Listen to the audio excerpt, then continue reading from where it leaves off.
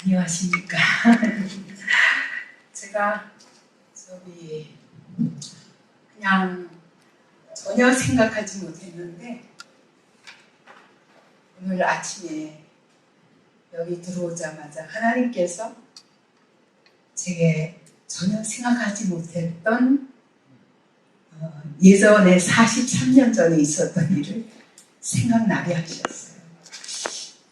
그래서 여러분에게 하나님이 위로하시기 원하시는구나 이런 생각이 들어서 그 얘기부터 먼저 하겠습니다.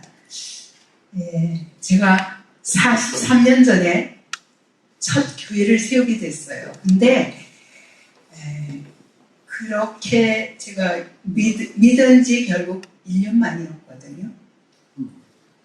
근데 제가 주님을 만나고 나서 제일 먼저 실제로 사랑하게 된 것이 누구냐면, 저는 전에는 옆에 있는 사람에게 별로 관심이 없었어요. 인생에 대한 허무주의에 빠져서 전혀 다른 사람에게 관심이 없었어요. 모두 진리를 모르는 사람들이 서로 대화를 나누는 것도 제게는 유익하지 않다고 생각해서 관심이 없었던 사람인데, 제일 먼저 예수 믿는 사람만 보면 그 믿음이 어떠하든 내가 주님 만난 것처럼 반갑더라고요. 그 다음에 또 전혀 보이지 않는 대상인데 그것은 교회입니다. 교회를 얼마나 사랑하게 되는지, 교회가 그리스도의 몸이잖아요. 정말 교회가 그리스도가 여기 계신 것을 저는 몸으로 늘 느껴요. 그렇게 주님이 사랑하시고 인재하시는 것이기 때문에 그 교회가 아무리 초라하고 한 사람도 모이지 못해서 어떤 목사님이 눈물로 기도하고 있었던 교회였는데, 저는 그분을 전혀 알지도 못하고 길 지나가는데 거기는 전혀 외다른 골목과 사람들이 드나들지 않는 길이었어요. 차도만 있고. 근데 거길 지나가는데 어디든지 십자가만 이렇게 그려져 있어도 저는 주님 만난 듯이 반가운 거예요. 근데 그 교회가 정말 교회 모습이 아니라 초라하면 할수록 저는 견딜 수가 없었어요. 너무 주님을 사랑하기 때문에. 그래서 지나가는데 세상에 그 교회를 보는데 가슴이 쿵 내려앉는 거예요. 텅 빈 것 같이 느껴지고 너무너무 가난해서 과연 이것이 교회가 예배가 드려지고 있을까 궁금했어요. 저는 지나가는 사람이었는데 갑자기 저는 지나갈 수가 없었어요.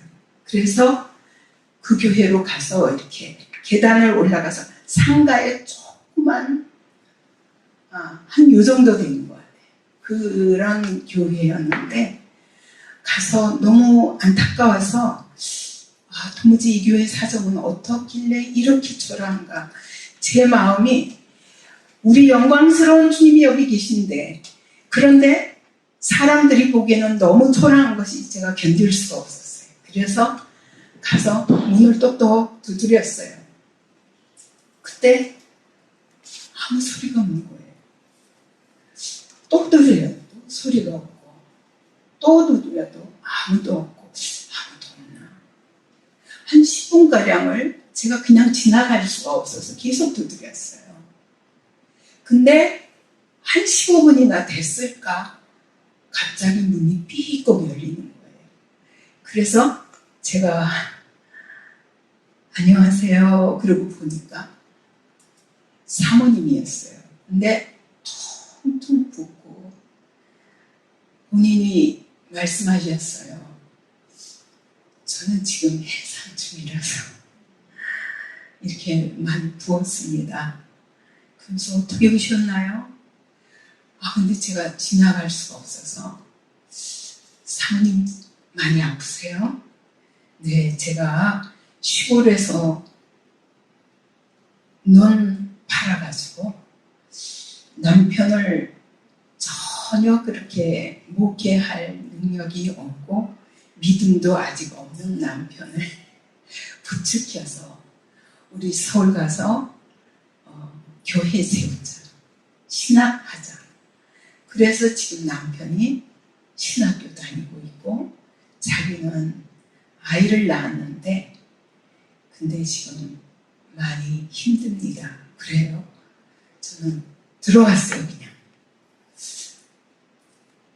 들어가서 이야기를 들어봤더니 너무 정말 딱한 거예요. 그래서 우리 주님이 얼마나 안타까우셨으면 초신자인 지나가는 나에게 이렇게 안타까운 마음을 가지고 여기 문을 두드리게 하셨을까라는 생각 때문에 제가 다니던 교회가 있는데도 불구하고 사모님 걱정 마세요. 제가 이번 주일에 오겠습니다.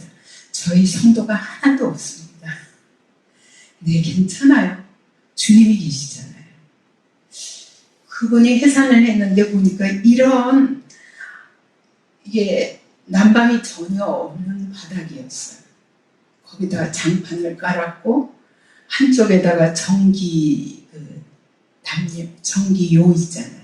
그걸 깔고 거기서 지금 해산하고 나서 몸을 돌보는데 보니까 부엌에 가보니 먹을 것도 없고 시골에서 너무 팔아서 온 사람이니 오죽했겠어요. 그래서 너무 안타까워서 제가 매일 사실 그때 제가 일을 하고 있었습니다.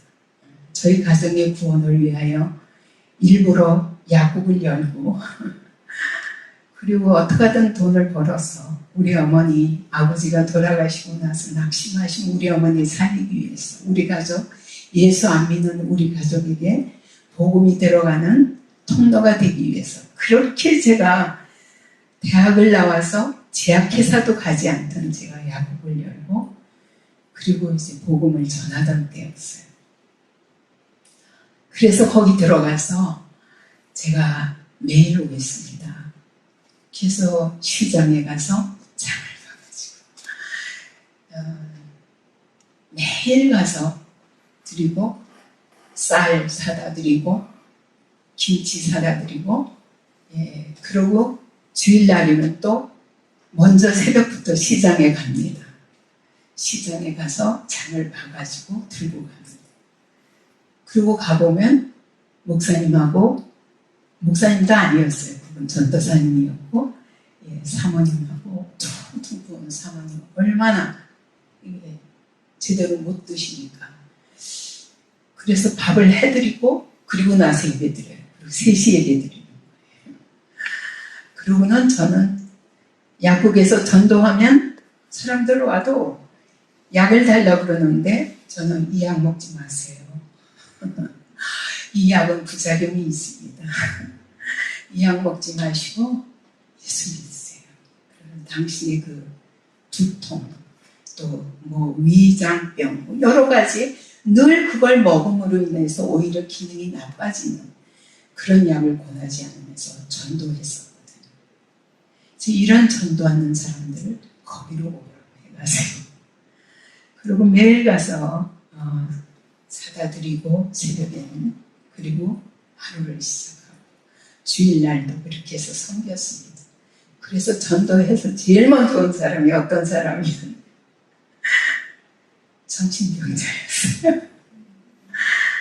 그래서 예배를 드리려고 이분 오라니까 오긴 했는데 계속 예배만 드리면 일어나서 뺑뺑뺑뺑 도는 거예요. 우리 3시 예배 드리고 있는데 거기 와서 오히려 방해가 되도록 계속 도는 거예요.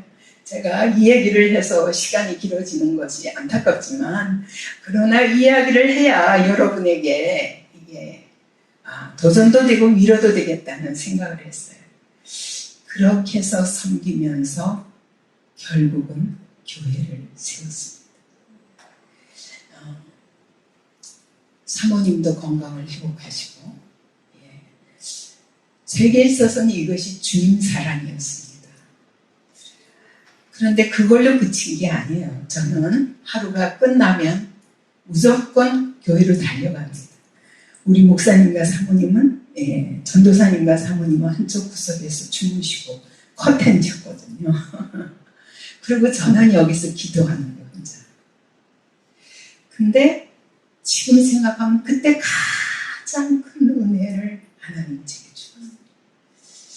하나님이 기도만 하면 보여주시고 들려주시고 일하시는데 저는 너무 행복해서 사람이 없다는 것도 안 보이고 나중에는 결국 부흥회까지 하게 됐는데 그래서 하나부터 열까지 청소부터 모든 일을 제가 다 하는 거예요. 그러면서 섬겼는데 1년 만에 교회가 세워지는 거예요.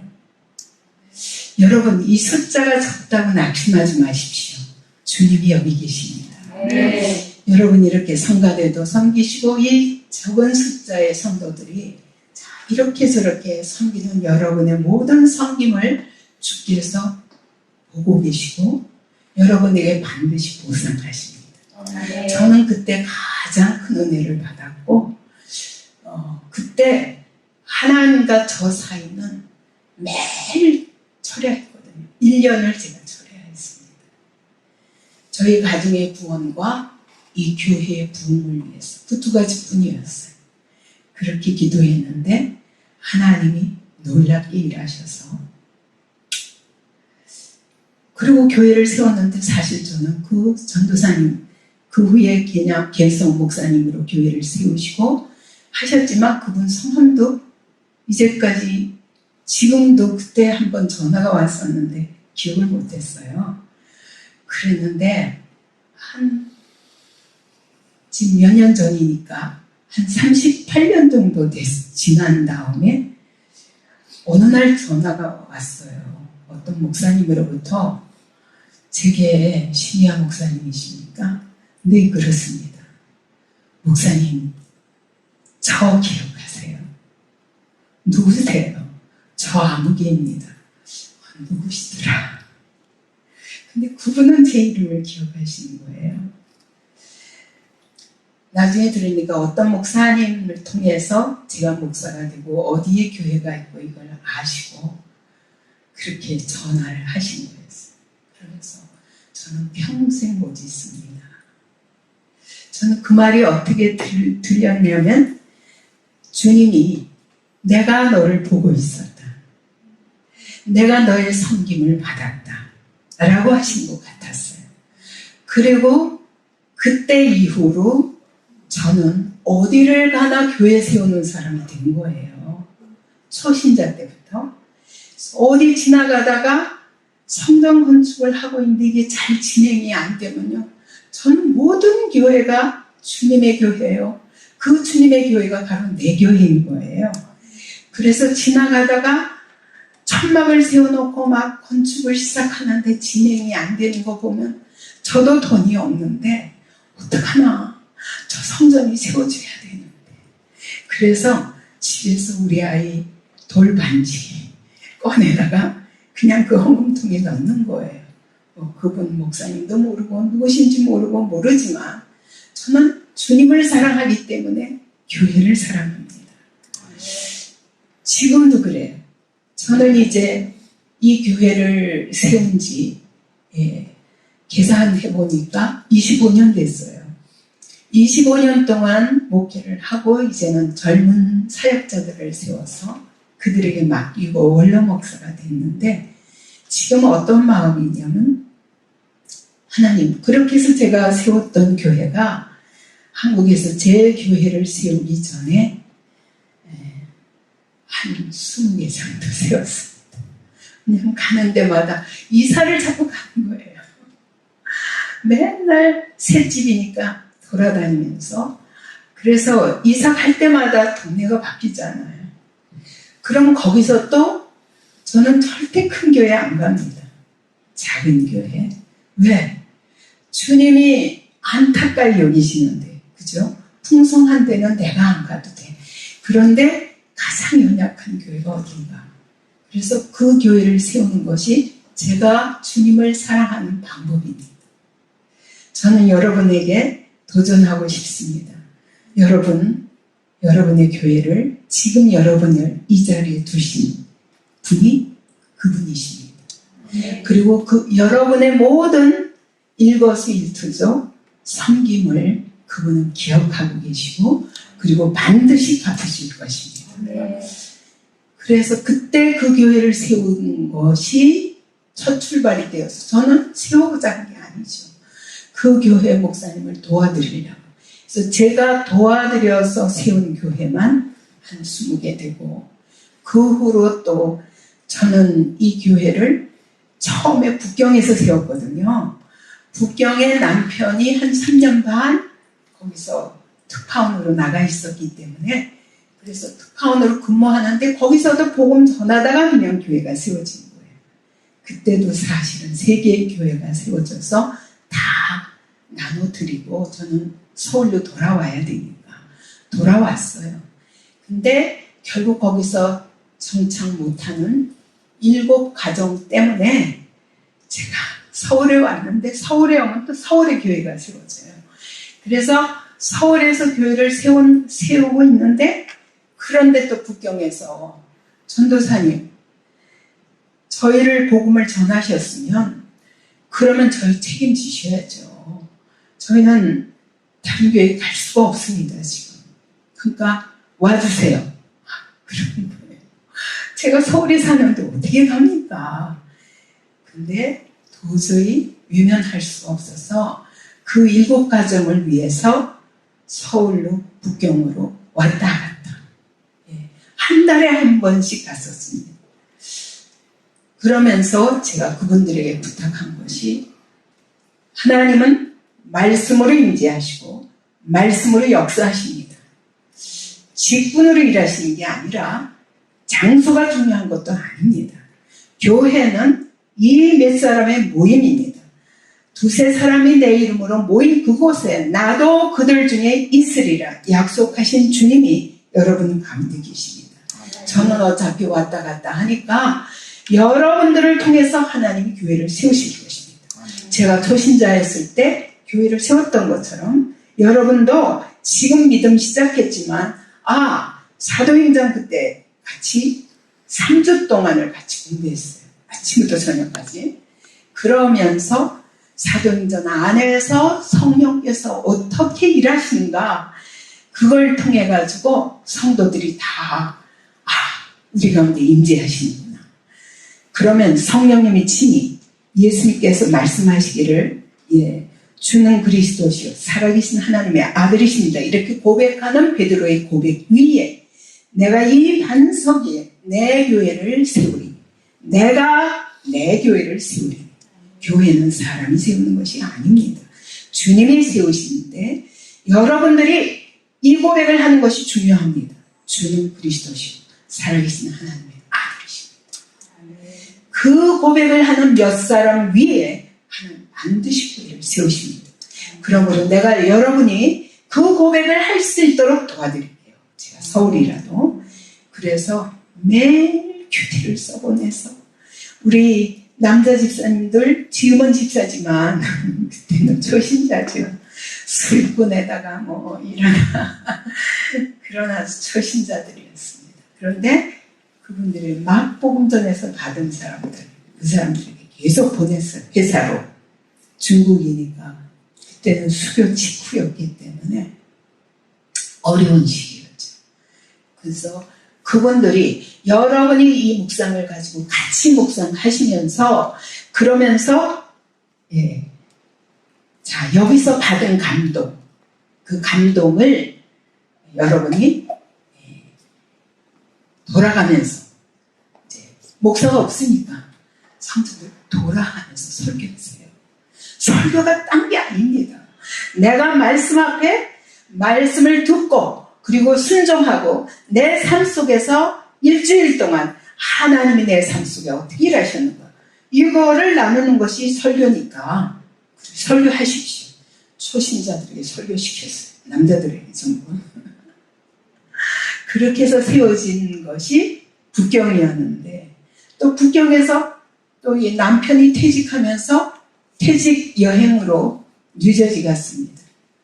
뉴저지로 간 게 아니라 원래는 이제 하와이로 가려고 그렇게 출발한 거였는데 뉴저지에 있는 어떤 분들이 제발 3주만 여기 좀 뉴저지에 와주십시오. 왜냐하면 지금 죽어가는 사람이 있습니다. 도저히 거절할 수가 없어요. 여행 끝나자마자 남아서 3주 동안 저만 남아서 남편은 가고 그리고 저만 남아서 그분들에게 정말 불신자, 낙심해서 지금 죽기 직전에 놓인 사람들, 이런 사람들에게 복음 전하다가 교회가 세워지고 3주 만에 홍콩에 또 한 가정을 돌보기 위해서 갔다가 3주 동안 그 가정을 돕고 있는데 거기에 홍콩 사람, 일본 사람들이 날마다 찾아오는 거예요. 알고 싶다. 예수가 누군지 알고 싶다. 내게 성경 좀 가르쳐달라고. 그러다가 홍콩의 교회가 세워지고 일본의 교회가 세워졌어요. 그래서 이런 식으로 하나님께서 일하심으로 정말 초신자였던 제가 목사까지 될 수밖에 없었어요. 교회가 너무 많이 세워지니까. 그래서 이 생각하면서 이 두바이 교회 보니까 그때 생각이 나면서 하나님께서 여러분 한 사람 한 사람의 수고와 그리고 그 믿음의 봉사가 큰 열매를 맺을 것을 믿습니다. 네. 그래서 여러분 숫자 보지 마세요. 그리고 또 내가 여기 얼마 있을지 몰라요. 그러나 여러분이 여기 계신 동안에 하나님이 오늘도 임재하셔서 자, 내가 이게 부족하다. 하나님이 마음껏 일하시는데 방해되는 것이 무엇인가? 내가 섬길 수 있는 부분이 무엇일까? 여러분 이것이 주님을 사랑하는 방법입니다. 그렇게 할 때 여러분이 분명히 살아계신 하나님을 만날 줄 믿습니다. 아멘. 아멘. 그래서 제가 이제 안타까운 것은 오늘 이제 이 본문을 제가 택한 것처럼 니고데모라는 큰 당대의 아무튼 최고의 신학자예요. 유학학자예요. 이 사람. 또 이스라엘의 선생이라고 했죠. 이스라엘 사람들이 존경하는 선생님이십니다. 지도자이십니다. 바리새인 중에서도 특별히 매우 저는 정직한, 흔치 않은 정직한 바리새인이었다 봅니다. 왜냐하면 당시에 표적을 일으키기만 해도 그걸 보고 안식일의 표적을 일으켰다 해서 시비하고 예수를 죽이고자 하는 것이 바리새인들이었잖아요. 그리고 이때는 지금 완전히 초창기 요한복음 3장이니까 여러분 예수님이 사역을 시작하신 지 얼마 안 된 시간이거든요. 아직 제자들도 예수님이 누구신지 알아보지 못했어요. 그런데 여러분 이 니고데모는 뭔가 이분이 하나님이 함께 하시는 분이구나. 이분이 하나님께서 정말 하나님께로부터 하나님이 보내신 선생이 아닌가? 왜냐하면 이분의 행하시는 표적을 보니까 이것은 하나님이 함께 하시지 않으면 일어날 수 없는 일이야. 이것을 인정한 정직한 바리새인이었어요. 바리새인이 어떤 사람입니까?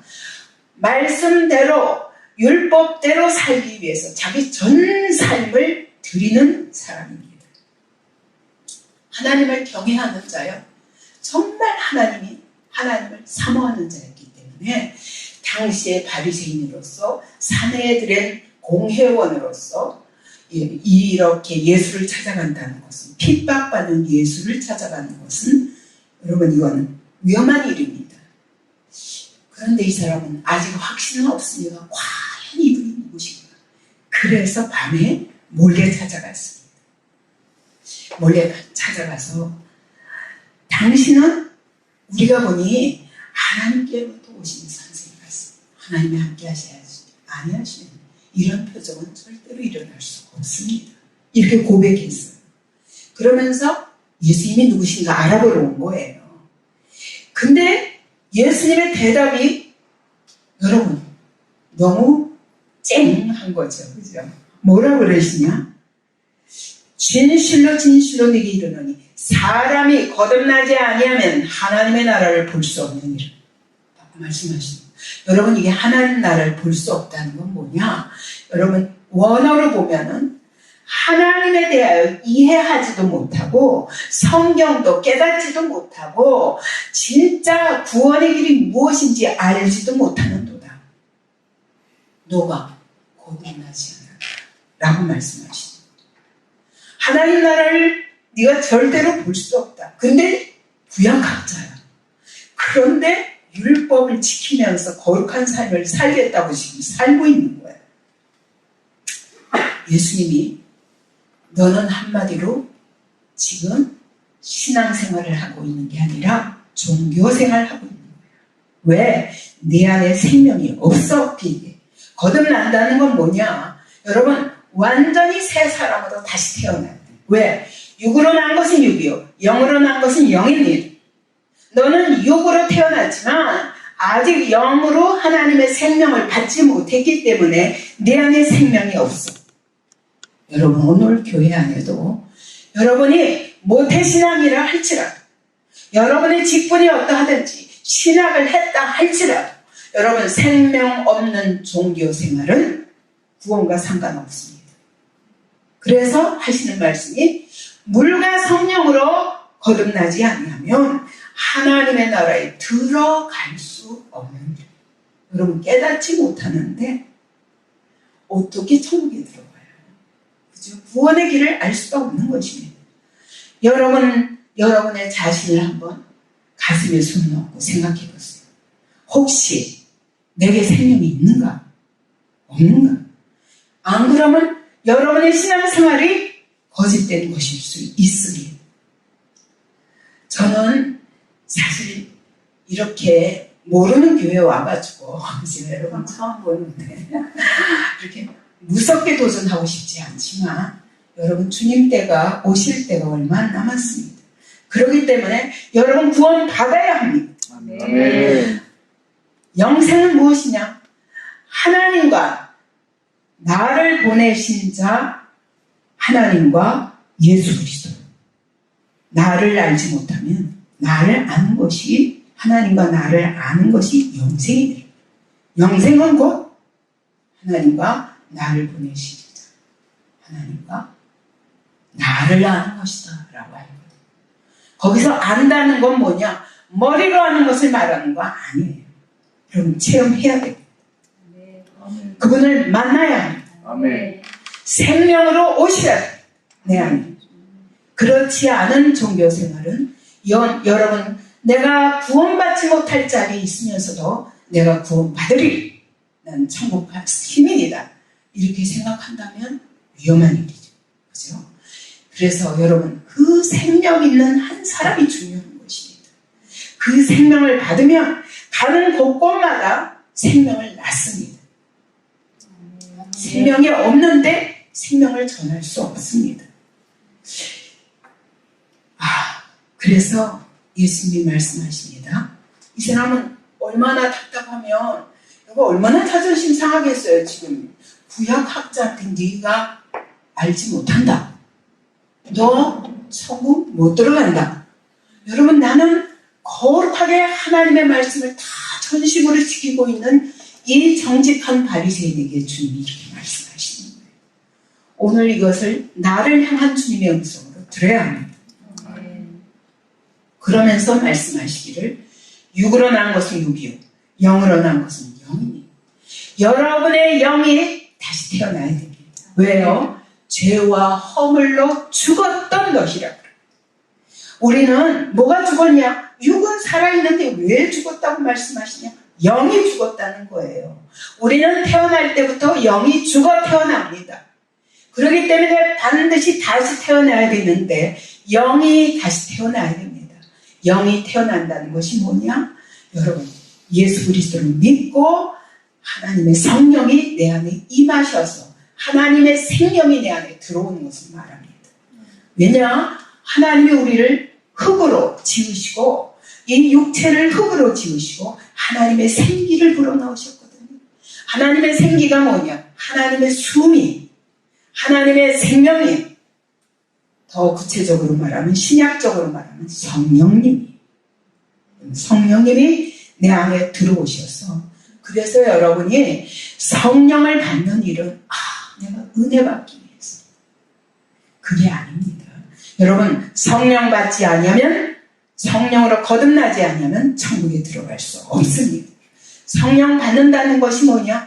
하나님의 생명이 내 안에 들어와서 이제부터 하나님이 나와 인격적 교제를 하시면서 그의 놀라운 일을 우리의 삶에 들어오셔서 일하시는 것이, 이것이 신앙생활이에요. 그래서 저같이 정말, 저는 원래 양쪽 집안이 다 불신자였어요. 예수를 단 한 사람도 아는 사람 없었어요. 저는 성경을 읽은 적도 없었어요. 교회를 가본 적도 없었어요. 그러니 하나님을 알 길이 없어요. 예수 그리스도가 누구신지 전혀 모르는 사람이었어요. 그런데 하나님이 내 삶에 들어오셨더니 인생이 바뀌었어요. 저는 교회 가기 전에 성경을 먼저 읽어야 되겠다. 왜냐? 어떻게 아이를 바로 키워야 될까? 내 인생에도 답을 찾지 못했는데 이 아이를 어떻게 키워야 되지? 나처럼 시행착오 많은 인생으로 이 아이를 살게 하고 싶지는 않아. 그게 30살 때였어요. 교회도 안 가보고 성경도 한 번도 읽어보지 못한 사람이 고민을 6개월 동안 했어요. 왜? 아이들 속에 있는 죄를 보고 너무 놀랐어요. 나는 사람이 원래 선하게 태어나는 줄 알았거든. 근데 그렇게 천사같이 예쁜 이 아이들이 연년생 3살, 4살 되었을 때 얘네들이 그 입에서 나오는 말이 싫어. 뭐 하라 그러면 싫어.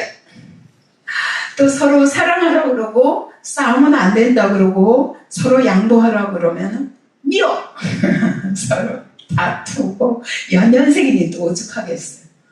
근데 사실 이게 아무것도 아니고 다 그러려니 그러잖아요.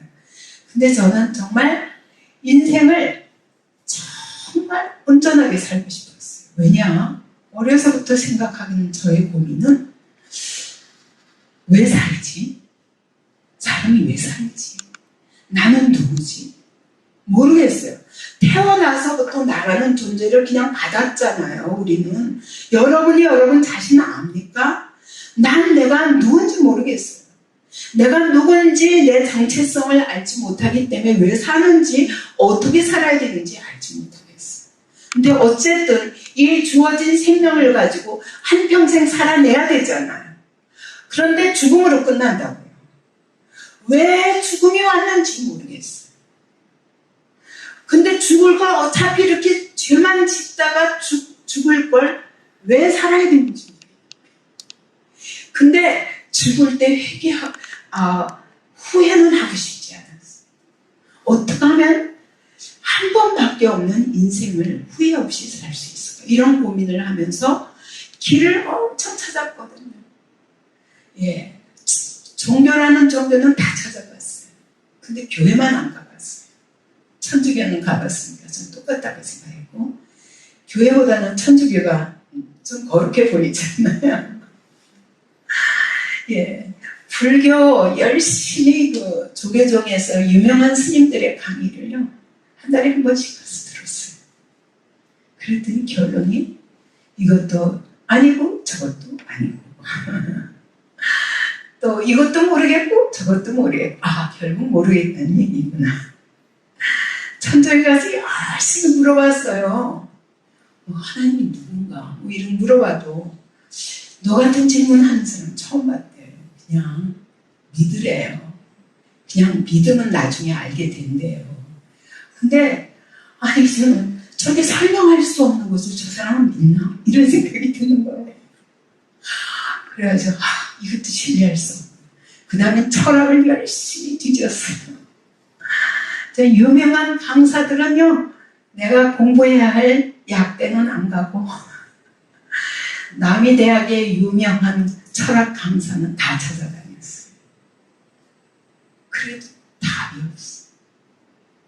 이렇게 30년을 방황하다가 제가 아이를 낳으니까 더 이상 이 아이에게 너무 소망을 걸었어요. 나처럼은 살지 말게 해야지. 얘한테는 길을 알려주고 싶은 거예요. 어려서부터 이럴 수밖에 없다면 저 죄가 어디서 나왔을까 생각하니까 나지, 내가 나왔어.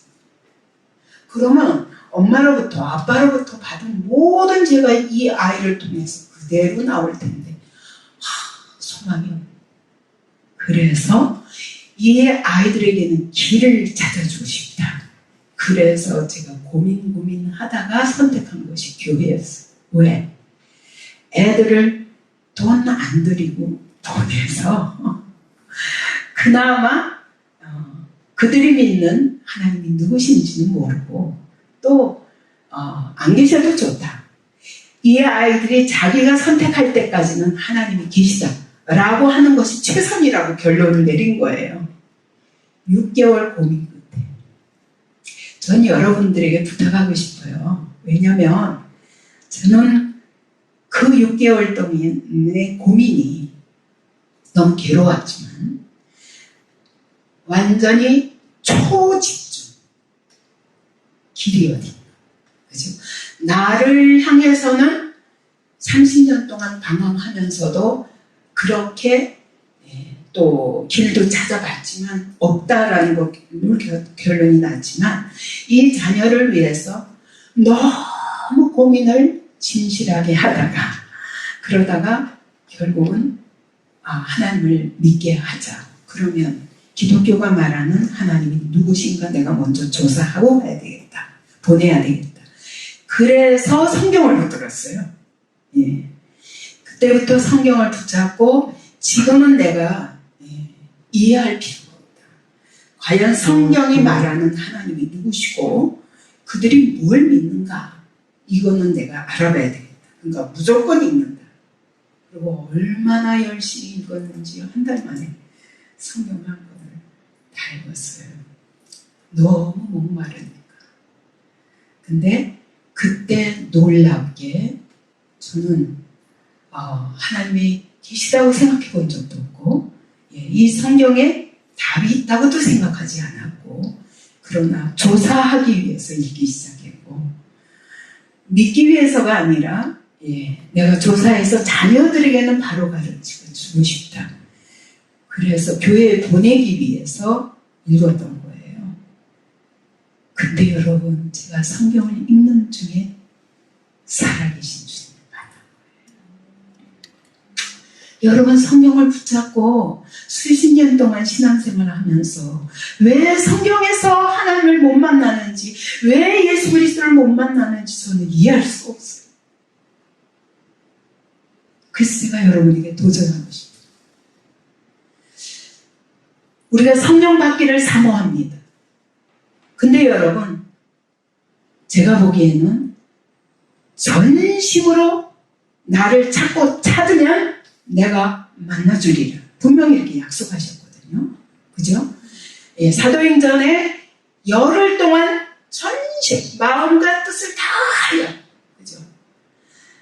다 그렇게 전심으로 열흘 동안 기도했는데 임하셨어요. 그것은 성령이 처음으로 임하시는 사건이 물론 하나님의 때가 있죠. 그러니까 예수님이 가시면서 자 예루살렘을 떠나지 말고 여기 모여서 성령 세례 받기를 사모하고 기다리라. 아버지께서 약속하신 것을 너에게 보내주리라 하셨거든요. 그 약속 하나 믿고 열흘 동안요 집에 안 가고 쫙 기도하는 거예요. 나는 여러분이 열흘 동안 집에 안 가고 여기서 먹지도 않고 자지도 않고 마냥 기도하고 전심으로 기도하면 반드시 만나주십니다. 반드시 만나주십니다. 근데 전심이 안 되더라고요. 저도 이제 목회하면서 안타까운 것은 성도들이 은혜 받기를 사모하지만 제가 가졌던 그 전심은 정말 우리 아이들의 인생을 좌우하는 것으로 생각하고 제가 전심으로 읽었어요. 그리고 전심으로 내가 찾는 것은 무엇이 진리인가, 무엇이라 하는가 나는 듣기를 원했어요. 나는 성경을 읽으면서 제일 먼저 놀란 거는 창세기에서요. 태초에 하나님이 천지를 창조하시니 깜짝 놀랐어요. 창조 얘기를 처음 들었거든요. 아니, 하나님이 세상을 지으셨다고? 이게 무슨 소리예요? 아니, 그럼 누가 썼지? 이 성경을 누가 썼는데? 그 사람이 가봤나? 안 보고 어떻게 쓰지? 막 이러면서 전설인가 그러면? 소설인가? 뭐 별 상상을 다 하면서 읽었지만 그러나 어쨌든 듣고자 하고 읽었거든요. 근데 듣는 중에 말씀의 권능을 체험하기 시작했어요. 하나님의 나라는 말에 있지 아니하고 오직 능력이 있습니다. 그죠? 하나님의 말씀은 살았고 운동력이 있어 좌우의 날선 어떤 것보다도 예리하여 혼과 영과 관절과 골수를 찔러 쪼개는. 그래서 만물을 상관하시는 자의 눈앞에 벌거벗은 것 같이 드러내는. 여러분, 오늘도 하나님의 말씀은 이런 능력이 있습니다. 아멘. 태초에 말씀이 계시니라. 아니, 창세기에서는 태초에 하나님이 계셨다고 그랬는데 요한복음 1장 1절에 보니까 태초에 말씀이 계시니라.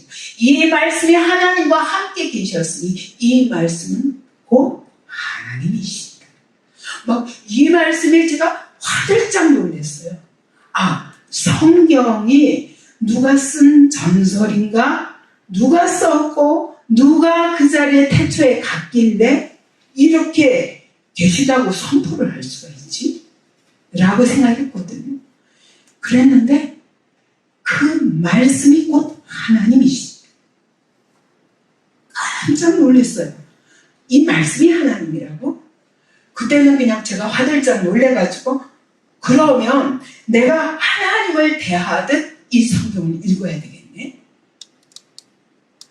말씀이 하나하나가 살아서 제 영혼을 막 예리한 검과 같이 양날선 검과 같이 찔러 쪼갰습니다.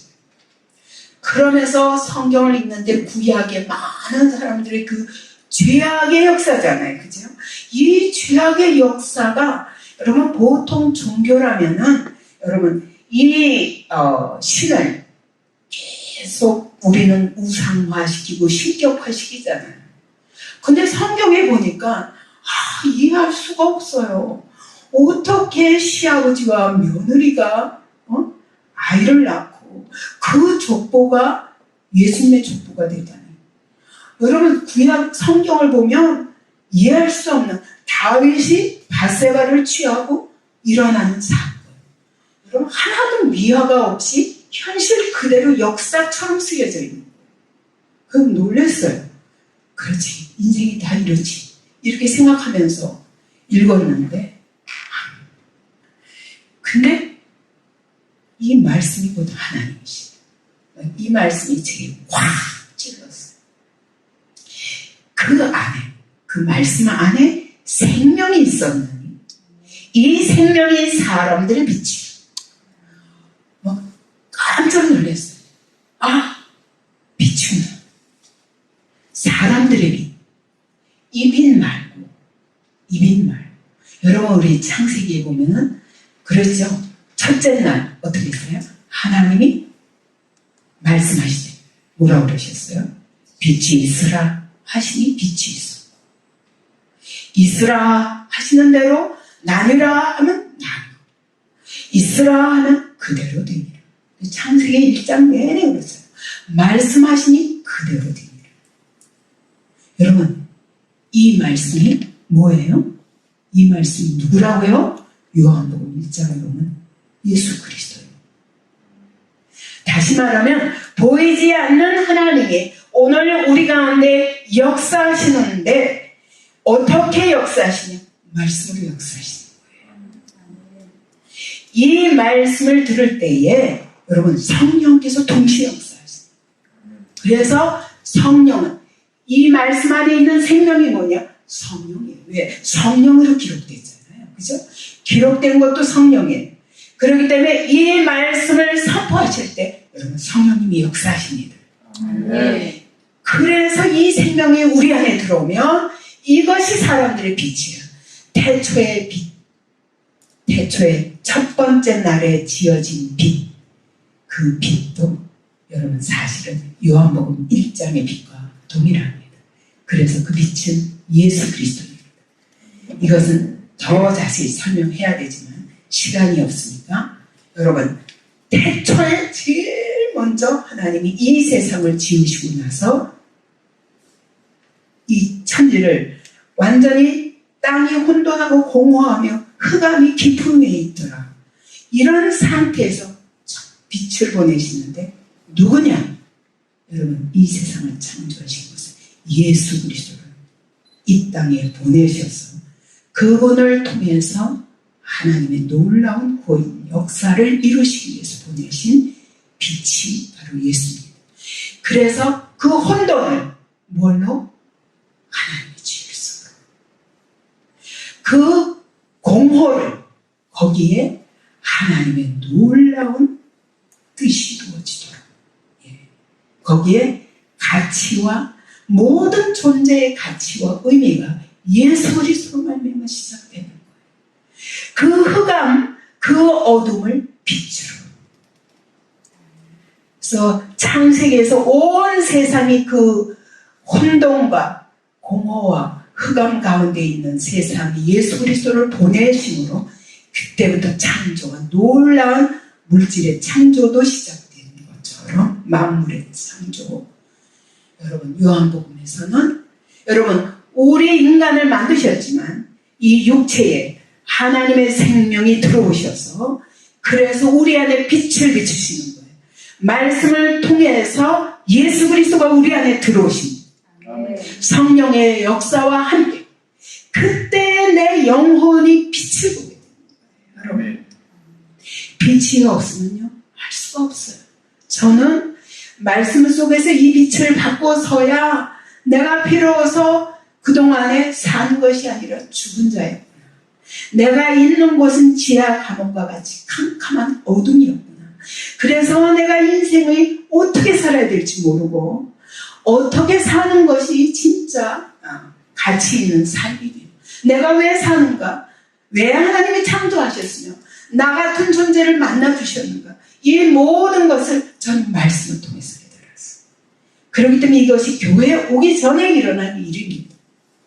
여러분 교회에 수십 년 다녀도 여러분이 이 생명을 받지 못했다면 여러분이 도전받으시기 바랍니다. 사실은 그분이 만나주는 사람이 따로 있는 것이 아닙니다. 예수 그리스도를 십자가에 못 박으면서까지 우리에게 그분을 보내신 것은 여러분 모든 수단 방법을 다해서 우리가 예수를 믿게 하기를 원하세요. 그죠? 여러분이 이 생명을 받기를 원하세요.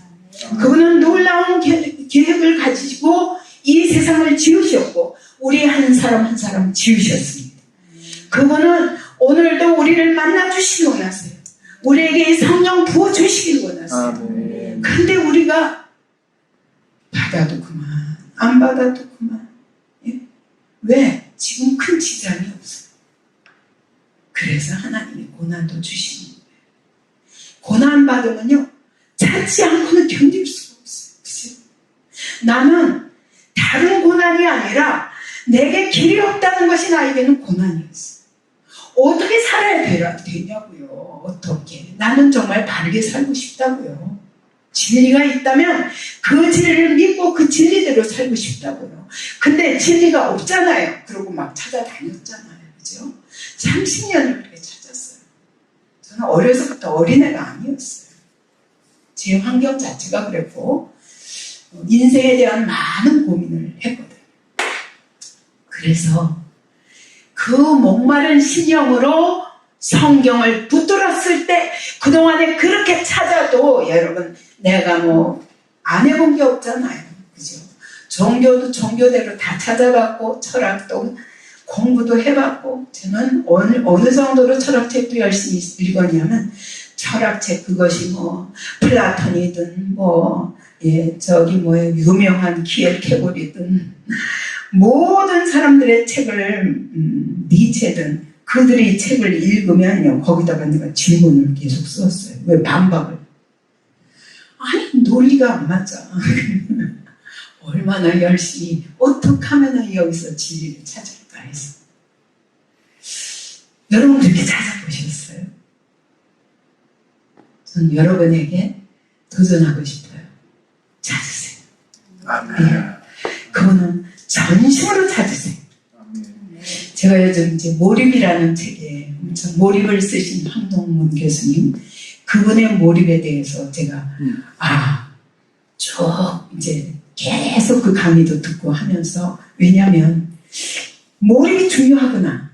우리 아이들도 살아계신 그리스도를 만나고 하나님 말씀에도 완전히 몰입하게 하면 되는데 우리가 그게 참 어렵구나 하면서 생각해 보니까 내가 이렇게 교회도 오기 전에 그렇게 주님을 만날 수 있었던 것은 성경에 몰입했고, 그 다음에 진리를 찾아서 몰입했고, 나는 먹을 거 없어도 괜찮아요. 가난해도 괜찮고, 내게 온갖 비난과 조롱이 있어도 괜찮아요. 근데 나한테는 진리가 없다는 것, 길을 모른다는 것, 이것이 나한테는 최고의 고난이었어요. 그래서 전심으로 성경을 다 읽고 나서 놀란 것은 예수 그리스도가 그분이 딱 꽂히는 거예요. 이분이 사람으로서는 이렇게 살 수 없다. 이 니고데모처럼 사람으로서는 이렇게 할 수 없다. 그러면 이분이 하나님이신가? 아니, 하나님이 어떻게 사람이 돼? 근데 사람인가? 하나님은 또 아닌 것 같아. 왜? 죽었다가 사흘 만에 부활하시고 하늘로 올라가셨대. 이게 진짜냐 가짜? 이런 목마른 심령으로 제가 성경을 너무너무 열심히 읽었고, 다 읽은 다음에는 이분이 어디 계실까? 부활하셨다고요? 부활하셨다고요? 그럼 어디 계세요? 가만히 생각해 봤더니 교회에 계실 것 같아요. 한 번도 안 가본 교회에 계실 것 같아요. 그래서 교회 찾아갔어요. 모르는 교회가 그 당시에 80년도면, 그죠? 79년도면, 여러분, 그냥 가는 데마다, 동네마다 그냥 얼마나 교회가 많았어요. 빨간 십자가가 많았으니까. 그런데 제 눈에는 그냥 하나도 안 보였어요. 그래서 교회가 어디 있는지 몰라가지고 사람들한테 물어서 찾아갔어요. 근데 가서 예배드리고 제가 너무 놀란 거예요. 예배드리면서 감격 없는 설교요. 감동 없는, 그러니까 설교자 자신에게도 감동 없는 강의, 설교. 그 다음에 또 예배드리는 모든 사람들의 졸면서 찬양도 감격 없는 예배. 너무 실망했어요.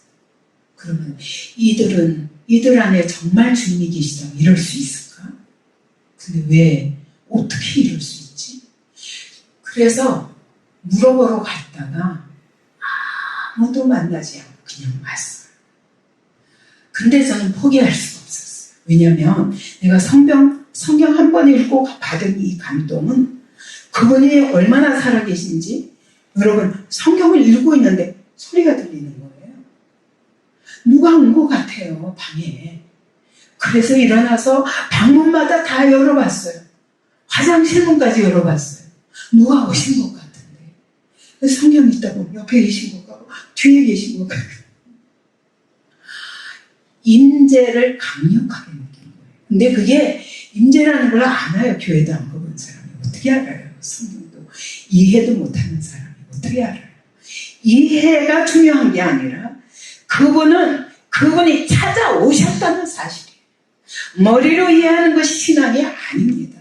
그분이 나 같은 자, 이제까지 진리도 알지 못하고 교회도 다녀본 적도 없고 성경도 읽어본 적도 없었던 그런 저에게 예수에 대한 얘기도 들어본 적도 없었던 저에게 그분이 찾아오셨다는 사실. 그날부터 저는 잠을 잘 수가 없었어요. 잠자는 것도 아까웠어요. 성경 더 읽어야 되니까. 다 끝날 때까지 다 읽어야 되니까. 그러고 열심히 전심으로 성경을 읽으면서 딱 결론이 예수 그리스도가 하나님이냐 사람이냐. 이게 질문이에요. 나의 핵심 질문이에요. 이 질문을 포기할 수가 없어요. 누구한테 물으러 갔다가 교회로 갔다가 아무도 물어보고 싶지 않았어요. 왜? 제가 그때 생명 없는 종교라는 게 이런 거구나. 저는 처음 가서 생명 없는 교회를 보게 된 거예요. 생명 없는 예배를 만나게 돼요. 그러니 이 불신자였던 저에게도 그렇게 느껴지면 여러분 이런 갈등 없으십니까? 그러면 내가 만나야 될 거 아니에요. 여러분에게 이 생명이 안 느껴지면. 그죠? 그래서 여러분 그냥 의문만 갖지 마세요. 저는 사람마다 만나면 여러분 질문이 많다 그러면 다 물으라고 해요. 왜요? 제가 그렇게 질문이 많았거든요.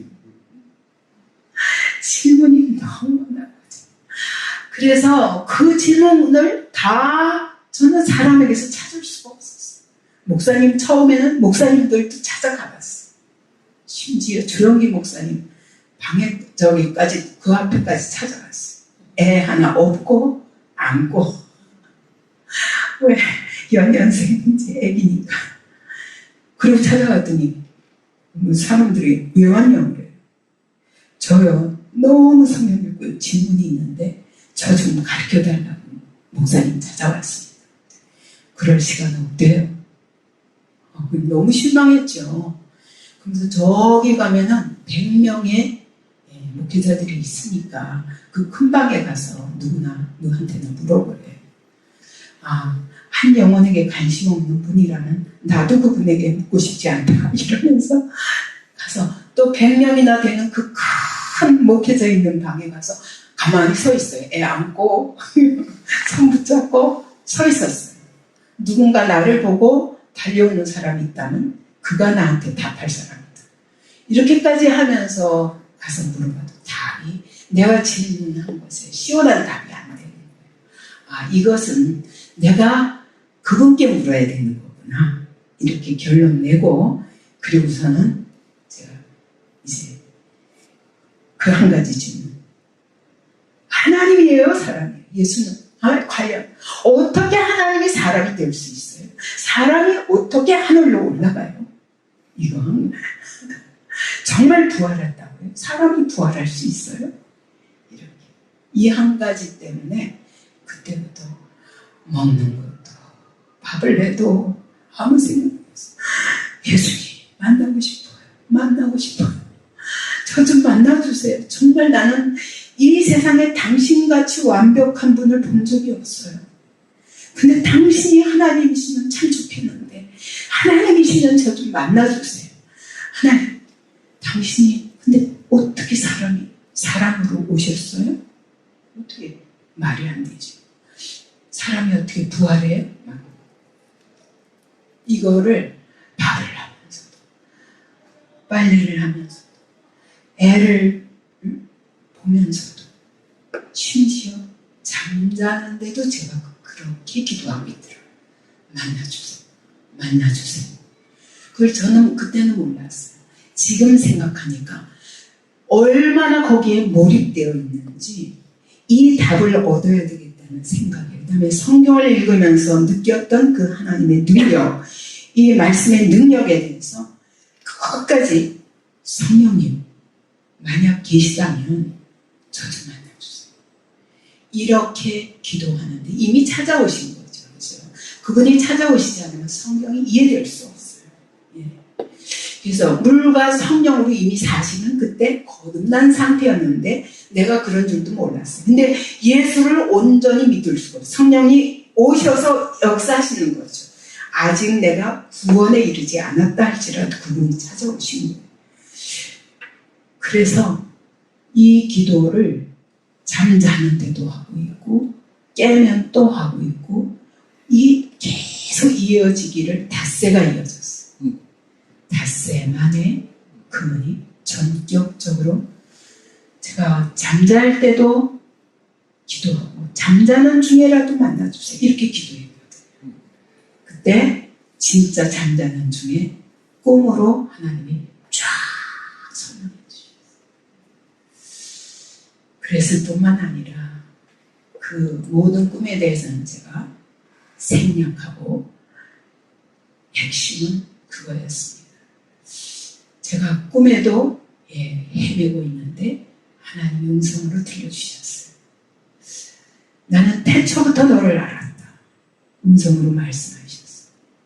그리고 나는 그때부터 지금까지 너를 보고 있었다. 나는 너를 안다. 그러나 내가 나를 보지 못한 것은 너와 나 사이를 가르고 있는 죄 때문이다. 라고 말씀하십니다. 깜짝 놀랐어요. 죄라는 인식, 모든 인간이 죄를 짓고 산다는 것에 대한 나의 지독한 비관주의는 있었어요. 인생에 대한. 그러나 그 죄가 구체적으로 뭔지 몰랐어요. 근데 하나님과 나 사이를 가로막고 있는 것이 죄라고 말씀하셨어요. 보니까 하늘이 새카만 거예요. 하나님은 거기 계시다고 하시고 나를 보고 계시다고 하는데 나는 그분을 볼 수가 없어요. 아, 이것이 죄구나 라는 걸, 하나님과 나 사이를 가로막는 것이 죄라는 걸 알았어요. 그리고 하나님이 구원의 길로 인도하셨어요. 그리고 제가 교회 안에 들어가게 되었어요. 들어가서 그분이 어떤 분이 예복을 입으시고 이렇게 주전자를 들고 계세요. 자, 여러분, 저는 막 너무 그분을 만나고 싶어서 맨 앞으로 달려가다 생각하니까 내가 아무것도 모르면서 맨 앞에 앉기는 좀 너무 죄송해가지고 두 번째 자리에 앉았어요. 그랬더니 앞에 예복을 입으신 분이 딱 주전자를 들고, 자, 여러분, 이제 여러분에게 이 피를 여러분에게 나눠드리겠습니다. 이 잔을 여러분에게 나눠드리겠습니다. 이 잔을 마시고 이 떡을 먹으면 오늘 나를 만날 것입니다. 이게 잔이 뭔지 떡이 뭔지 아무것도 모르잖아요. 근데 만나주신대. 너무 기뻐서 오늘 드디어 만나는 날이구나. 그리고 사모하고 기다렸는데 갑자기 그분이 제 앞에 오셔서 주전자로 딱 잔에다가 그걸 들려주시는데 보니까 이 잔이 처음에는 작은 잔이었는데 이렇게 커진 거예요. 이 잔에 시뻘건 피가 담겨있는 거예요. 뜨끈뜨끈한 피예요. 이 피에서 냄새가 나요. 피 냄새가 나요. 그때 깜짝 놀랐어요. 저는 계속 성경을 읽으면서 막 화를 내고 있었어요. 누구에게? 유대인들에게. 아니, 어떻게 이분이 무슨 죄가 있다고 이분을 죽이고 십자가에 못 박으셔서 저는 용서할 수가 없었어요. 어쩌면 이럴 수가 있지? 내가 만약 거기 있었더라면 나는 예수님을 가리고 이분이 이 무슨 죄가 있다고 이분을 죽이려고 하느냐. 왜 이런 사람이 한 사람도 없지? 혼자 의인이 돼가지고 이렇게 생각하고 있었어요. 제자들이 다 도망갔어요. 이해할 수가 없었어요. 제자들이 다 어디로 갔지? 12명 중에 왜 한 명도 없지? 막 이러면서 화를 냈어요. 난 그럴 수 없을 것 같아. 내가 그 시대에 있었다면 난 못 그럴 것 같아. 라고 생각했어요. 근데 이 잔을 받으면서 너무 놀랐어요. 이것은 예수님의 피구나. 이 피를 마시면 하나님을 만날 수 있다고? 이 피를 쏟으시기 위해서 그러면 내가 하나님을 만나게 하기 위해서 이분이 이 피를 흘리셨구나. 그렇다면 누가 그분을 죽였는가? 유대인이 아니구나. 제자들이 아니구나. 나구나. 라는 거 알았어. 이 잔을 받아 마시면서 주님, 내 썩은 피는 다 걷어쓰시고 주님의 이 깨끗한 피로 머리끝부터 발끝까지 모세의 혈관까지 저를 깨끗하게 해주세요. 이렇게 말을 고백하게 됐어요. 이 떡을 먹으면서 하나님 이 떡이 뭔지 모르지만 그제서야 요한복음 6장이 이해가 됐어요. 예수님이 말씀하시잖아요. 내 잔을 마시고 내 피를 마시고 내 살을 먹지 아니하는 자는 나와 상관이 없느니라. 그때 따라왔던 수많은 제자들이 다 떠나갔어요. 그때 예수님이 말씀하십니다. 제자들에게 너희도 가려느냐? 그때 베드로가 말했어요. 영생의 말씀이 여기 계시네. 내가 누구로 가오리까? 저는 이해는 할 수 없지만 저는 예수님을 이런 분을 본 적이 없었기 때문에 이렇게 완벽한 분을 본 적이 없었기 때문에 나는 당신을 떠나갈 수 없습니다라고 얘기했었어요. 근데 그 모든 것이 이 뜻이었구나.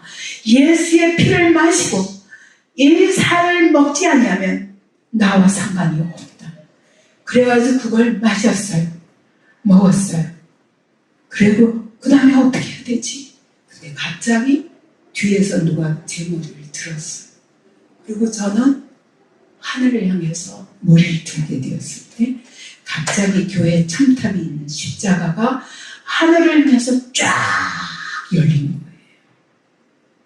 그리고 십자가가 달린 그 꼭대기에 예수님이 보였어요. 두 팔을 벌리고 계셨어요. 그리고 마치 우리를 향하여 말씀하시는 것처럼 온 천지가 진동하도록 음성이 들리는데 저는 한 번밖에 안 읽은 성경이었지만 그때 기억나는 성경 구절이 생각이 났어요. 수고하고 무거운 짐진 자들 다 내게로 오라. 내가 너희를 쉬게 하리라. 이렇게 부르짖으신 것 같았어요. 보니까 너무 영광스러운 분이에요. 저 멀리 있는데 저기가 상층천이구나. 거기서부터 그렇게 먼데 그렇게 가까이 느껴지. 이 빛나는 영광을 눈이 부셔서 볼 수가 없어요. 그분의 실루엣만 보이지 자세한 건 보이지 않아요. 너무 강렬한 빛 때문에. 그러면서 음성과 함께 두 팔 벌리고 교회 모든 사람을 하며 팔을 벌리고 계셨어요. 살아계시구나. 살아계시구나. 주님이 하늘에 계셨군요. 그러면서 살아계셨군요. 막 이러고 소리 지르는데 사람들의 소리가 들려요. 어디 계셔? 안 계시는데. 그래서 나도 모르게 소리를 막 질렀어. 이렇게 살아계신데 왜 보지 못하느냐. 그리고 소리를 지르는데 그때 이 바다 마시면서 주님이 경험하게 하신 것은 예수님의 십자가였어요. 십자가에 못 박히시는 예수 그리스도를 경험하게 됐어요. 나는 이걸 받아 마시고 있는데 예수님의 십자가 위에서 고통하시는 그 고통을 그대로 느꼈어요. 몸으로. 그래서 막 너무 아프고 그래서 주님은 얼마나 아프셨어요. 그리고 또 그분이 얼마나 외로우셨을까. 왜? 다 버리고 12제자까지도 그분을 다 버리고 떠나갔을 때 예수님은 얼마나 외로우셨어요. 세 번째 기억나는 것은 그럼에도 불구하고 아버지여 저들의 죄를 사하여 주옵소서. 자기의 죄를 알지 못합니다. 그렇게 기도하시는 예수님. 이분이 내 죄를 위해 죽으셨구나. 십자가를 경험하면서 내 몸으로 느낄 수 있었어요. 예수님, 이런 죄인들을 왜 사랑하십니까? 이러고 울부짖는데 동시에 예수님의 십자가와 나의 십자가가 겹쳐서 분명히 달리신 분은 예수님이었는데 나로 바뀐 거예요. 그러면서 그 십자가의 고통과 다 경험했어요. 통곡을 했습니다. 예수님 나 같은 죄인을 위하여 주님이 죽으시고 주님 용서하세요. 제가 이 주님을 몰라서 부인하고 내 멋대로 살았습니다. 그때 나중에서야 알았어요. 그때 그것이 뭔지 몰랐지만 갈라디아서 2장 20절 말씀이 그때 체험된 거예요. 내가 그리스도와 함께 십자가에 못 박혔나니 그런즉 이제는 내가 산 것이 아니요 오직 내 안에 그리스도께서 사신 것이라. 이제 내가 사는 것은 믿음 안에서 예수 그리스도께서 내 몸에 살아계셔서 살고 계시는 것을 날마다 체험하는 것이 신앙생활입니다. 이것이 이후의 삶이구나. 그날로 저는 내 인생에 이제까지 옛사람의 인생이 끝났습니다. 십자가에 못 박혔습니다. 죽었습니다. 무덤에 장사되었습니다. 그리고 예수님의 부활 생명이 내 안에 들어온 것을 알았어요. 그러면서 제가 주님 사랑합니다. 왜 날 사랑해? 왜 날 사랑하시나? 그것 때문에 맨날 울기를 저는 5년을 앉으나 서나 울었어요. 어떤 때는 아이 하나 안고 업고 그리고 버스를 타고 여기 유리창에 기대서도 그 예수님 사랑 때문에 맨날 울었어요. 주님, 내가 당신을 죽였어요. 내가 죄인 되었을 때, 내가 하나님의 원수로 행할 때에, 내가 연약할 때, 우리 주님은 내가 이미 그의 원수로 행하고 있는 나를 위하여 죽으십니다. 도무지 이게 무슨 사랑입니까? 여러분, 이런 사랑 경험해 본 적 있으세요? 여러분이 아무리 남편을 사랑하고 아내를 사랑한다 할지라도 여러분, 내 몸과 원수된 자리에 있을 때 여러분 사랑해 보신 적 있어요?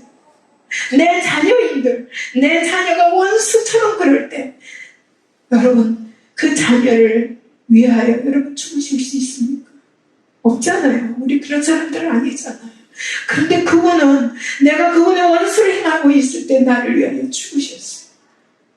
내가 그분의 앞에서 엄청난 죄인일 때부터 내가 의로워서 나를 사랑하신 것이 아니라 내가 의인이라서 나를 찾아오신 것이 아니라 내가 죄인된 나를 위하여 그분이 찾아오셨어요. 그죠? 저는 이날 이후로 그분은 나의 주인이십니다. 당신은 나의 주인이십니다. 내가 몰랐습니다.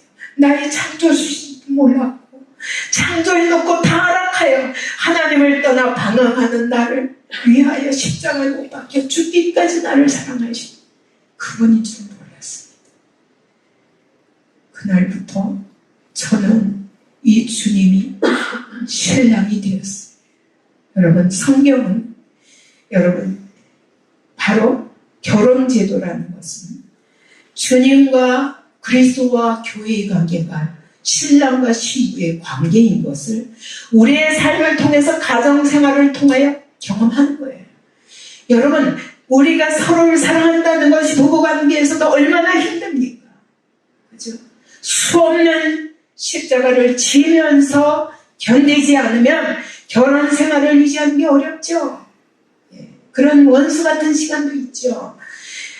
그런 시간에 우리는 그리스도께서 나를 완전히 사랑하셨기 때문에, 나를 완전히 사랑하셨기 때문에 그분이 나의 신랑, 참 신랑이시기 때문에, 그것이 남편이든 아내든 여러분, 그래서 우리는 이 가정생활을 통해서 모든 고통을 통해서, 인생의 모든 고통을 통해서 그리스도의 사랑을 배워가는 거예요.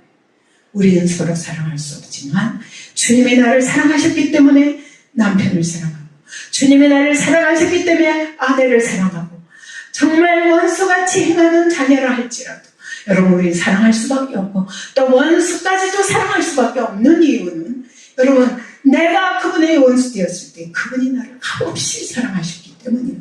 오늘 나를 신부 삼으시고 오늘도 나와 함께 하시기 때문에. 신랑과 신부의 관계는 무엇입니까? 분명히 두 사람인데 한 몸이, 그죠? 오늘 예수와 내가 신부와 신랑이었다는 건 뭡니까? 분명히 하나님은 하나님이시고 나는 난데, 여러분, 내가 그리스도와 한 몸이 되는 상태예요. 이게 신앙생활입니다. 이게 신앙생활입니다. 이것이 생명이라는 거예요. 나는 분명히 내 육체를 가졌어요. 그리고 연약하여 아버지 성령으로 말미암아 거듭나도 우리 안에 여전히 죄의 갈등이 있습니다. 그죠? 예. 우리는 절대로 내 속에 선한 것이 거하지 아니하는 줄을 내가 알노라. 바울이 고백하는 것처럼 우리 안에 선한 것이 없습니다. 그러나 성령님이 오셔도 여러분, 우리는 여전히 육신과 성령님이 동시에 거하시고, 여러분, 이것이 항상 육신은 성령을 거스르고 성령은 육신을 거스르고, 이런 갈등 있는 삶을 살 수밖에 없지만, 그러나 성령님이 내 안에 계셔서 하나 될 때 우리는 날마다 육을 부인하고 영을 따라 사는 거예요. 그래서 여러분, 거듭나고 나면 어떤 사람이냐? 여기 오늘 본문에서 말하듯이 바람이 어디로 가서 어디로 가는지 알지 못하지만, 그러나 바람에 밀려 살듯이 성령님이 내 안에 오셔서 그분이 보이지도 않고 여러분 느껴지지도 않아요. 바람처럼 나를 몰고 가시구나 하고 밀려가는 거예요. 몰고 가시네. 여러분, 오늘 제가 여기 두바이까지 오게 된 것도 여러분 제 계획이 아니라 하나님의 인도하심을 따라왔어요. 예, 저는 하나님이 나를 미시는 것을 느꼈어요. 아멘. 예, 또 우리 목사님께서 설교를 부탁하실 때, 사실은 잠깐 손님으로 왔는데, 또 그렇게 할 수 있나? 그래서 먼저 이렇게 그냥 오세요, 놀러 오세요 그랬는데, 그날 교제하면서 목사님의 중심이나 저의 중심이나 같기 때문에 하나님께서 이 시간 또 허락하시는구나. 그리고 또 이 자리에 서니까 여러분 한 사람 한 사람의 마음이 느껴지는 거예요. 하나님은 여러분의 모든 헌신, 우리 따님도 보니까 여기서 아버지 어머니 이 목회 돕느라고, 그죠? 여러 가지 자녀들도 같이 동참하면서 섬기고 있는데 절대로 하나님은 기억하십니다. 여러분의 작은 수고, 여러분의 작은 눈물의 섬김, 사랑하기 때문에, 주님을 사랑하기 때문에 섬긴다면 주님은 절대 여러분 이면하지 않으십니다. 여러분의 생에 놀라운 선물을 주실 줄 믿습니다. 그래서 여기 얼마를 거하시든 여러분 내가 발 디디는 곳, 저는 그래요. 어디 가나 이 교회가 나 여태까지 알지 못했지만 주님의 교회입니다. 그래서 사랑합니다. 그래서 만약 제가 도움을 드릴 수 있다면 다 드리고 싶어요. 그것이 제가 주님을 사랑하는 방법이에요. 주님은 보이지 않습니다. 그런데 교회를 가리켜서 주님의 몸이라고 말씀하십니다. 그러면 우리가 볼 수 있는 주님의 몸이 바로 교회입니다. 그러면 오늘 내가 이 교회를 섬기지 않는다면 여러분 그것이 주님 사랑입니까? 여러분이 주님을 섬기는 일입니까? 아닙니다. 그래서 정말 이 생명을 받으면 여러분 그러면 완전히 바뀌는 거예요. 성령으로 거듭나는 일은 니고데모는 무슨 뜻인지 알지 못하기 때문에 그러면 모태에 들어갔다가 두 번째 다시 태어나야 됩니다. 주님이 말씀하시죠. 육으로 난 것이 육이요, 영으로 난 것이 영. 여러분의 영이 거듭나야 됩니다. 여러분 이 거듭나는 방법을 제가 키포인트로 얘기하고 싶었어요. 제가 주님을 만나는 데 있어서 십자가에 예수 그리스도가 십자가에 못 박혀 죽으신 그 십자가 사랑에서 저는 정점을 찍고 진짜 복음의 핵심으로 주님을 만난 것입니다. 성경의 핵심이 예수예요. 이것은 나에 대하여 증언하신 것이라. 그죠? 그 다음에 그 예수 그리스도는 한마디로 십자가에 죽으신 것과 부활입니다. 여러분 이것을 여러분이 체험할 때 여러분의 삶에 놀라운 일이 시작됩니다. 이제부터 누구든지 그리스도 안에 있으면 새로운 피조물이라. 이전 것은 지나갔으니 보라 새 것이 되었도다. 여러분 새로운 피조물이에요. 그러나 우리가 육신이 있기 때문에 어떻게 하면은 내 육신을 죽이고 성령을 쫓아 사는, 그래서 무릇 하나님의 영으로 인도함을 받는 자마다 하나님의 아들이라 라고 말씀하십니다. 여러분이 그런 삶을 사신다면 하루하루 여러분의 걸음이 놀라운 하나님의 역사의 걸음이 될 줄 믿습니다. 아멘. 이 교회 안에 하나님의 일하심이 넘칠 줄 믿습니다. 아멘. 저는 항상 한 명으로 시작합니다. 어디 가나 한 명으로 시작합니다. 그 한 명이 한 교회가 되더라고요. 아멘. 여러분 그것을 믿으시고 여러분의 삶에서 일하실 하나님, 이 두바이 교회 안에서 일하실 살아계신 하나님, 아멘. 그분을 여러분 섬기시고 사랑하시기 바랍니다. 아멘. 예, 기도하겠습니다. 살아계신 아버지 감사합니다. 오늘도 함께 하심을 감사합니다. 두세 사람이라 할지라도 모인 그곳에 나도 그들 중에 있으리라 하신 그 주님이 두바이 교회 안에 계심을 감사합니다. 아멘. 하나님, 각 사람에게 살아계신 주님으로 만나 주시옵소서. 아멘. 너무도 아버지 혼란한 세상에 살면서 우리가 한눈을 팔게 되고 아버지 우리의 관심을 끄는 많은 사건들이 있지만, 그러나 우리의 고난을 통해서 하나님께 집중하게 하시는 시간인 줄 믿습니다. 그러므로 고난도 유익입니다. 하나님, 이 고난을 통하지 않으면 우리는 주님을 찾지 않습니다.